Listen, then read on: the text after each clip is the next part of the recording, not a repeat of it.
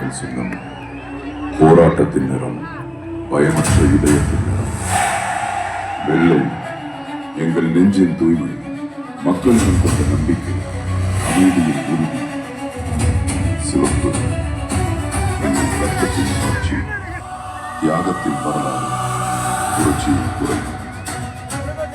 மக்களால் நான் மக்களுக்காகவே நான், உங்களால் நான் உங்களுக்காகவே நான்.